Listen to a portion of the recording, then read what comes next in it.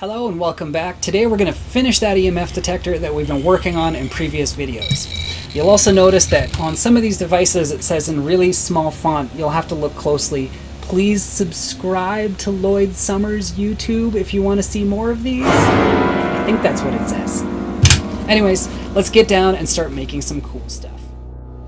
In the last video we created a very interesting proof of concept for an Arduino based EMF detector. It has lights, sound, does a whole bunch of cool stuff, has a little adjustable sensor for changing the sensitivity. And today, we're going to be turning that into a much smaller handheld portable unit. So I'm going to go ahead and clear off the desk. And we'll start getting ready for what we're going to do. Now, you'll notice that most of these Arduino Mini Pros have no USB port, and that's not an accident. What you're going to need is one of these FTDI cables, and they'll have USB on one side and a little connector on the other. In order to use that, we're going to have to do some soldering. So I'm going to go ahead, take a moment, and start soldering all of the pins on here that we're going to use.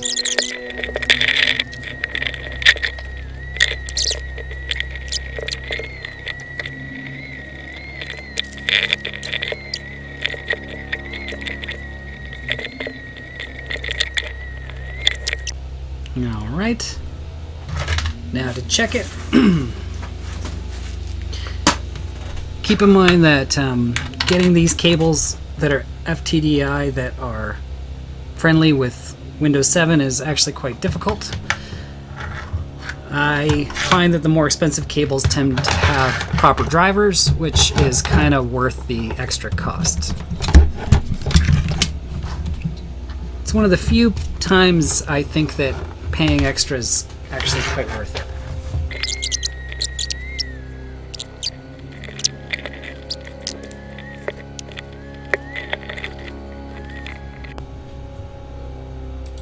Don't think it's supposed to take that long.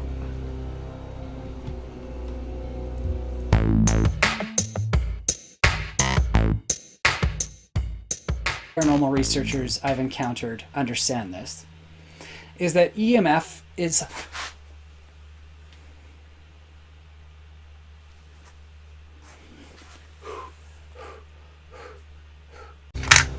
Alright, so something interesting to mention about these is even if you put the FTDI cable on it backwards, it'll look like it'll work and the voltage light will come on. It'll try to upload and it just won't complete. If that happens, spin this over and try again.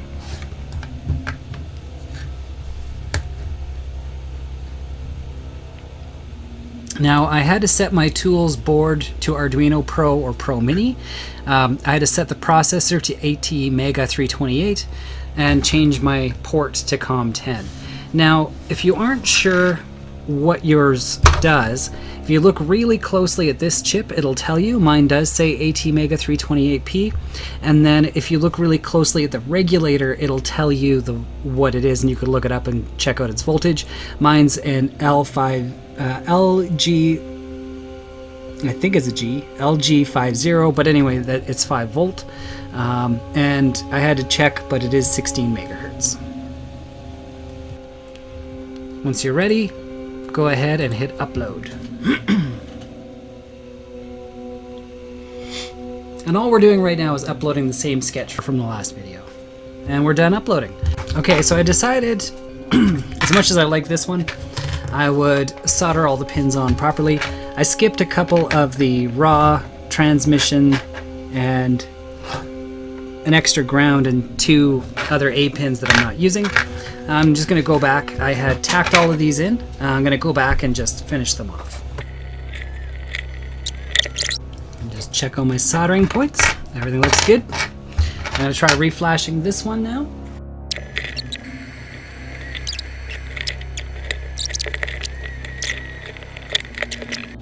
There we go. So now it comes down to the proto board. That's pretty tight, that's pretty tight. This is feeling pretty good. we're actually looking pretty good for spacing. I'm not a big fan of these boards. They're really low quality, but it's got a nice size and I think it's gonna work. So there we go.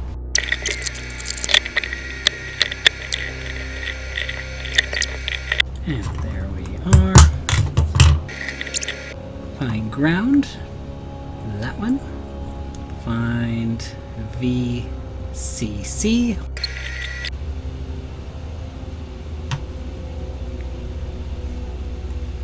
So that confirms that this one is positive and this one is negative.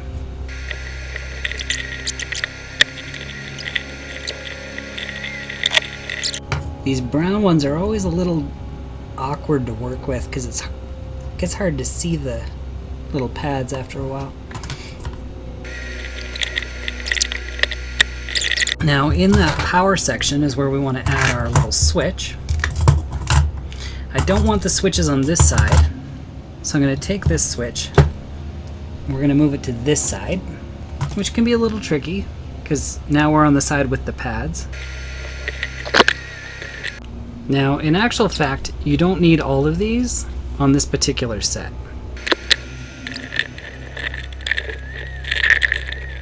Now you don't want to spend too much time against these buttons. They will overheat. Now to connect the power.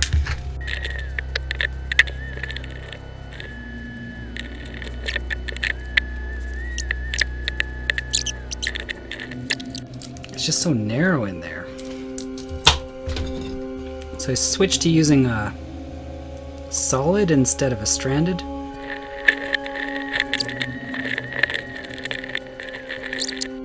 But if you want it to look nice, take your time.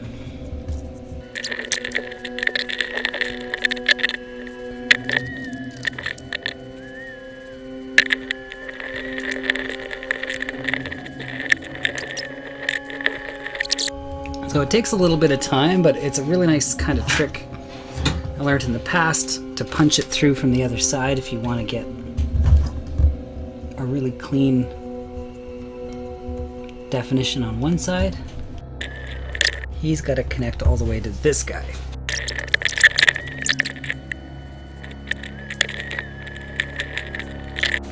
Now it can power off.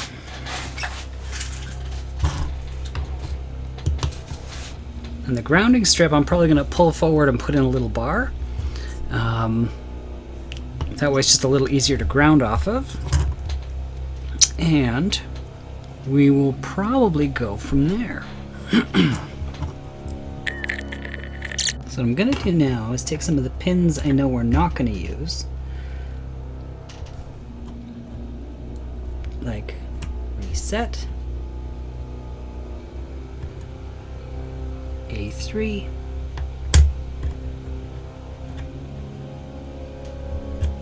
A2, so that leaves me with A1 and A0, which I do want to keep. Now on this side, 9, 8, 7, 6, 5, 4, 3, so you're 2, which we don't use. Ground, which we're not going to use. I'm pretty happy with that. We're also not going to use any of those pins, but we're going to keep them exposed in case we have to reprogram. So what I'm doing now is just wiring in the analog input. And there we go. I actually have to sleep. I'm starting to make mistakes. Add in that grounding bar I had mentioned.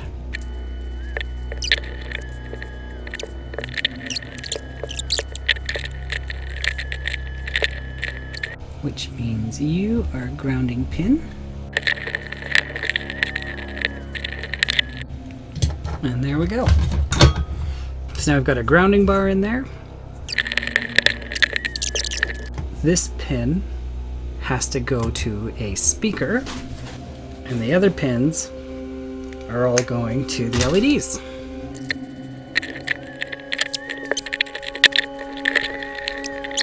And right now I'm just spot checking. That sounds good to me. And we will do the speaker, that guy, this guy, bring in the last of the switches, and we will go from there.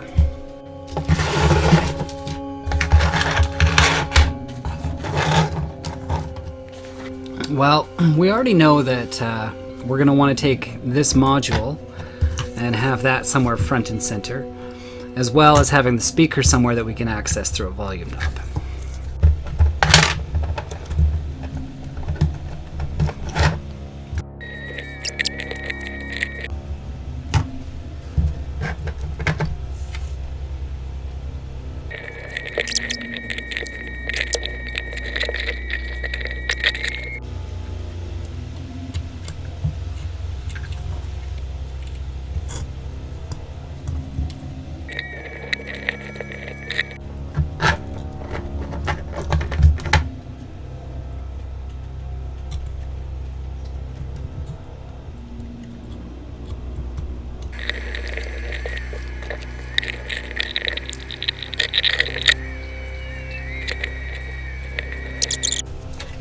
So I'm going to flip those over so that the negatives are coming close to that custom little terminal.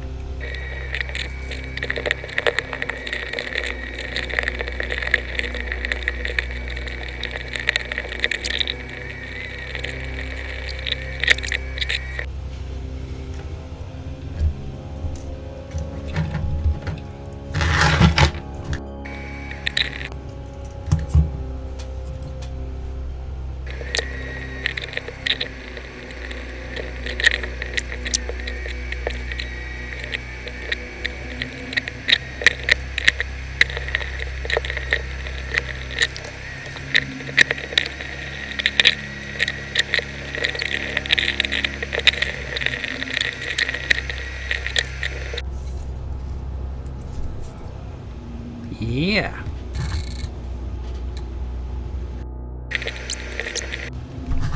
Let's do this module next. This one's going to be more time consuming.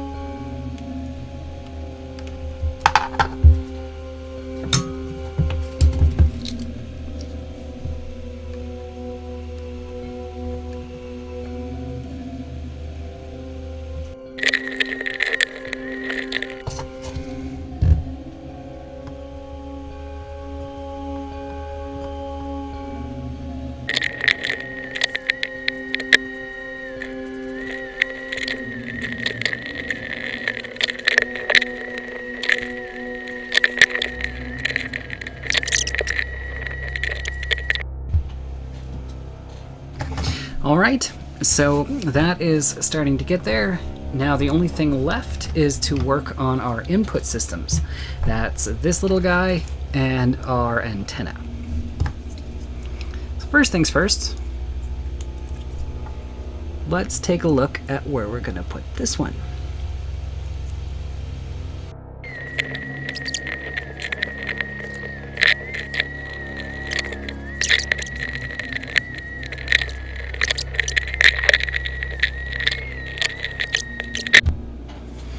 Alright, so interesting finding.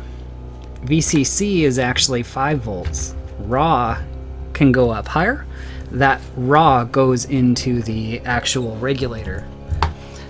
So I'm going to need to adjust that red wire. And we're going to have to run that in just a little bit further than it was before.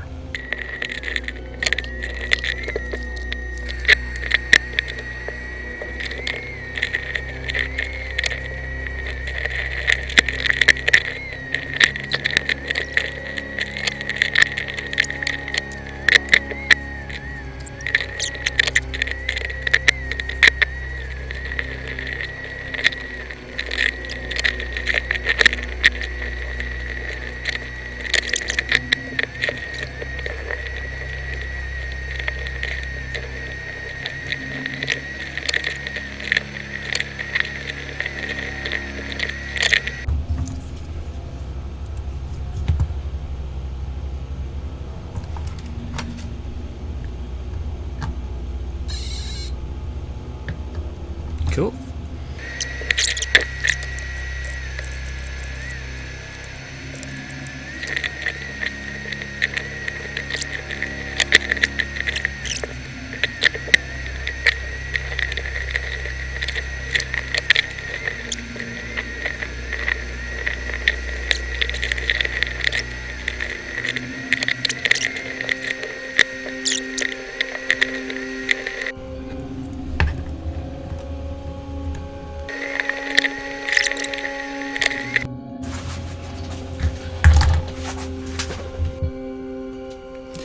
So there we go. That is the fully assembled little unit. Not too shabby. Let's go ahead and test this on some things.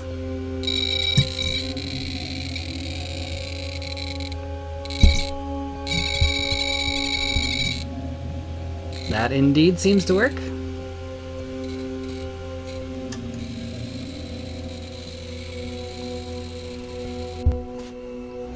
Alright, so that worked out pretty good. Next, I'm going to take a moment and just clean up my workstation, and then we will build a container for this little guy.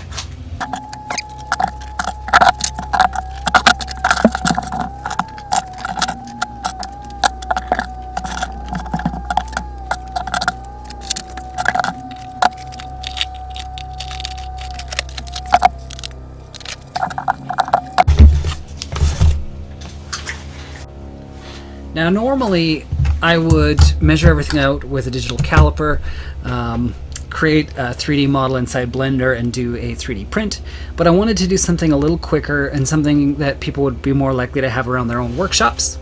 And to do that, instead of using and relying on a digital caliper, I'm going to take some somewhat transparent paper, cut out some little squares, and we're going to use this to get our design.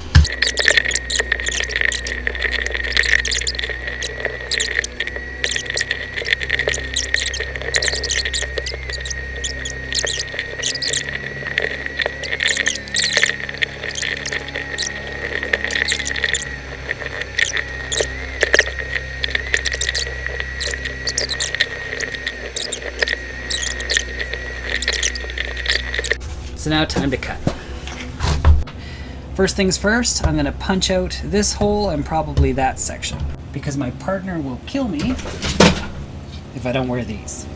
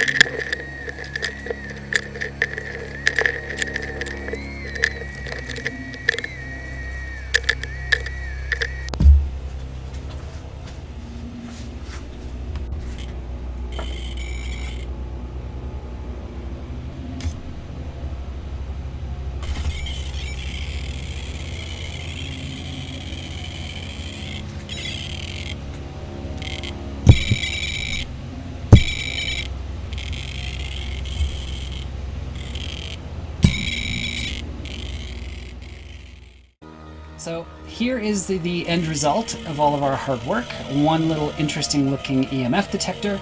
It's got an antenna on the top, a button to turn on and off the speaker, and a little adjuster to be able to increase and decrease the sensitivity. The whole thing's battery driven with a power on-off switch on the back. I think that's pretty cool.